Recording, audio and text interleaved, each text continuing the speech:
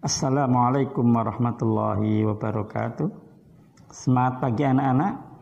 Semoga kita semua senantiasa diberi kesehatan oleh Allah Subhanahu wa taala. Amin ya rabbal alamin.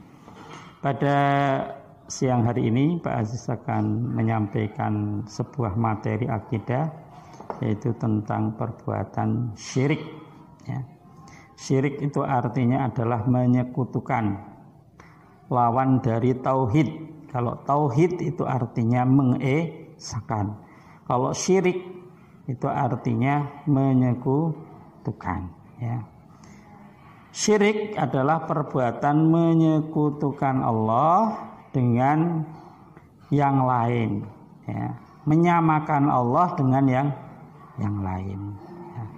Berdasarkan bentuknya, syirik itu ada tiga macam, ada tiga, yaitu yang pertama syirik uluhiyah.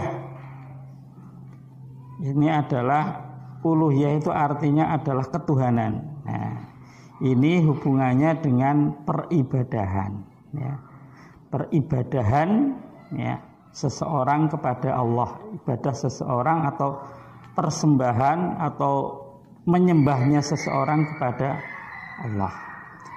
Kalau ada orang yang menyembah kepada selain Allah, itu berarti termasuk bentuk syirik uluhiyah. Umpamanya ada yang menyembah matahari seperti orang Jepang, ada yang menyembah pohon, ada yang menyembah jin, atau ada yang menyembah manusia, ada yang menganggap bahwa seorang manusia itu sebagai Tuhan. Nah, kalau sampai seperti itu sudah jatuh kepada perbuatan syirik uluhiyah.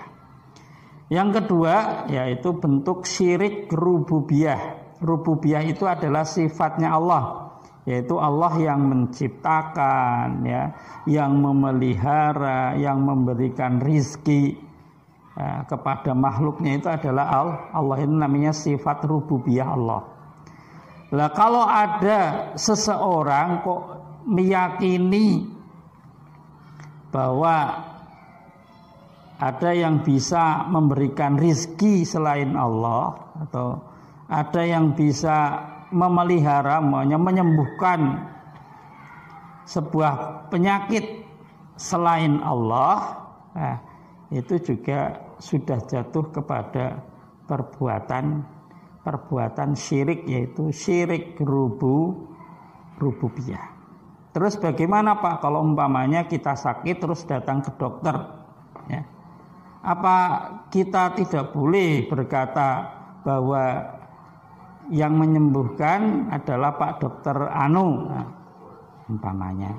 Itu boleh saja, tapi seseorang harus meyakini bahwa yang menyembuhkan itu bukan dokter itu, Dokter itu bisa menyembuhkan kita atas kehendak Allah. Jadi pada hakikatnya yang menyembuhkan kita itu adalah Allah. Itu hati-hati kadang hal yang sepele. Saya itu kalau tidak minum bodrek itu pusing saya nggak akan sembuh. Nah, ini bahaya, karena kalau sampai kita meyakini bahwa yang menyembuhkan penyakit kita itu bodrek tersebut, ini bisa jatuh kepada perbuatan syirik, yaitu bentuknya syirik rububiyah. Jadi yang memelihara, menyembuhkan, memberi rizki, menyediakan alam ini untuk manusia dan lain sebagainya, ini termasuk sifat rububiyah Allah. Terus yang ketiga itu bentuk syirik asma wa sifat. Jadi Allah itu mempunyai asma, nama-nama dan sifat-sifat yang khusus hanya Allah, Contoh, yang mengetahui kejadian yang akan datang itu hanya Allah, Yang mengetahui hari kiamat tiba itu hanya Allah. Nah, ini adalah sifat khusus Allah, Jadi kalau sampai kita meyakini ada seorang peramal, yang meramalkan bahwa kiamat itu akan terjadi pada tanggal ini, hari ini, tahun ini. Kok kita yakin?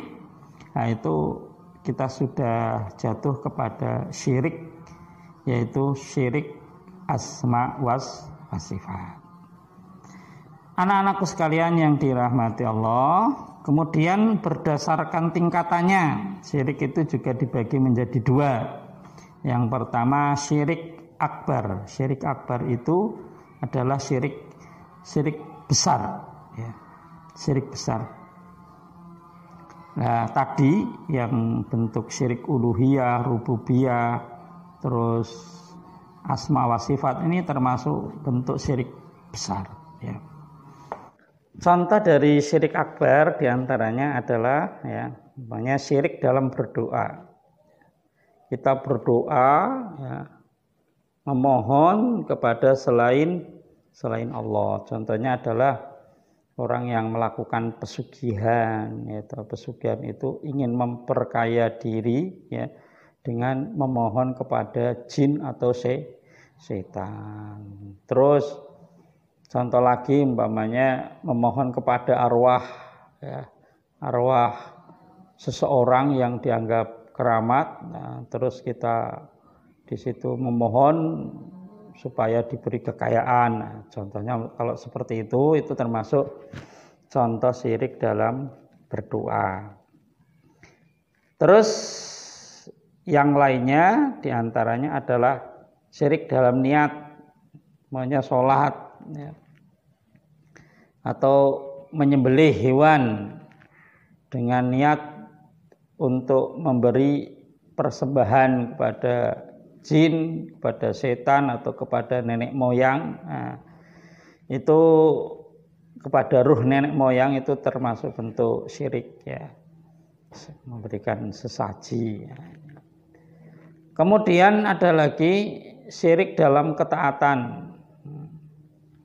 Kalau ada seseorang yang taat kepada selain Allah, ketaatannya melebihi ketaatan dia kepada Allah, nah ini termasuk bentuk syirik dalam ketaatan.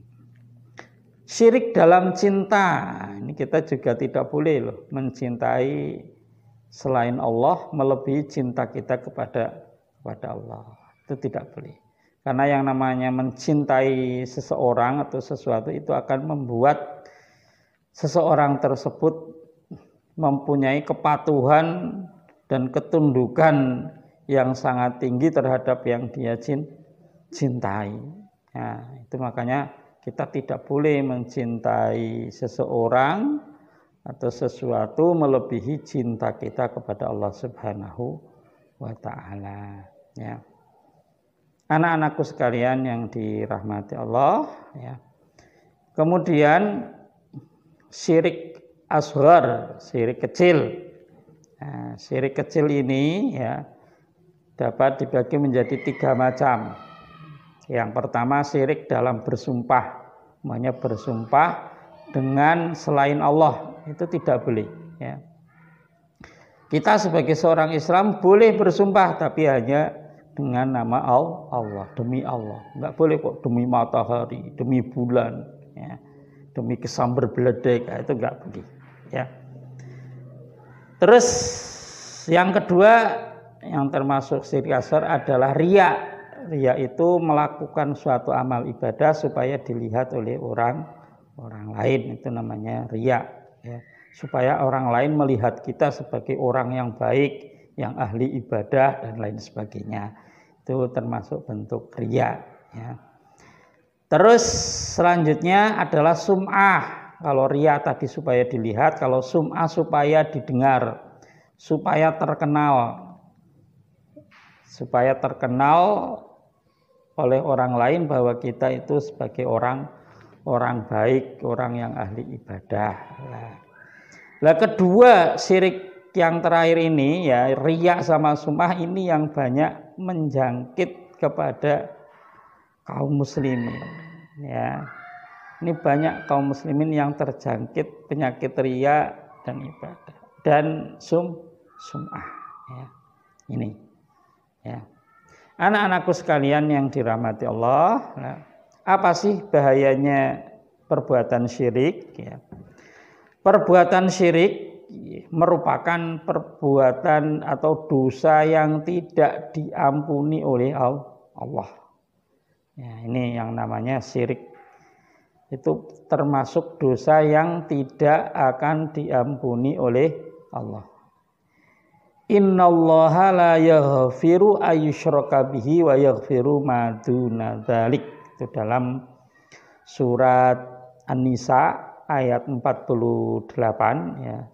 Bahwa sesungguhnya Allah itu tidak akan mengampuni ya, orang yang menyekutukannya dan akan mengampuni selain dari perbuatan syirik tersebut. Nah ini, jadi syirik adalah dosa yang paling besar yang tidak akan diampuni oleh Allah. Terus yang kedua, Allah akan mengharamkan surga bagi orang-orang yang berbuat syirik. Yang ketiga, syirik itu juga bisa menghapus amal ibadah kita. Itu syirik ya. Terus perbedaannya apa antara syirik akbar dengan syirik asghar? Nah, di sini harus kita pahami ya. Kalau syirik akbar ya, itu bisa mengeluarkan seseorang dari keislaman. Kalau orang melakukan syirik akbar, menyembah matahari, ya, itu bisa membuat kita sudah keluar dari Islam. Ya. Nah kalau syirik asghar, ada seorang pamer, itu tidak tidak sampai mengeluarkan seseorang dari keislaman. Ya. Terus yang kedua, kalau syirik besar, syirik akbar itu bisa menghapus semua amal ibadah kita yang sudah pernah dilakukan. Insyaallah.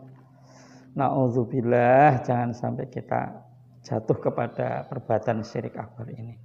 Jadi semua amal ibadah kita ya, yang sudah pernah kita lakukan nanti bisa terhapus gara-gara kita melakukan syirik akbar. Kalau syirik asghar tidak menghapus, cuma dicatat oleh Allah sebagai kita telah melakukan sebuah dosa besar. Itu kalau syirik asghar. Tapi kalau syirik akbar bisa menghapus semua amal ibadah. Terus yang ketiga ya, orang yang melakukan syirik akbar sampai dia meninggal, maka dia akan kekal di neraka besok di akhirat. Sedangkan kalau orang yang melakukan syirik asghar, ya umpamanya dia riya atau sum'ah, itu tidak sampai dia kekal di neraka, tidak. Nanti mungkin mampir ke neraka dulu, disiksa dulu, ya karena setelah itu dia akan dimasukkan oleh Allah ke surga kalau dia beriman atau mati dalam keadaan Islam, ya.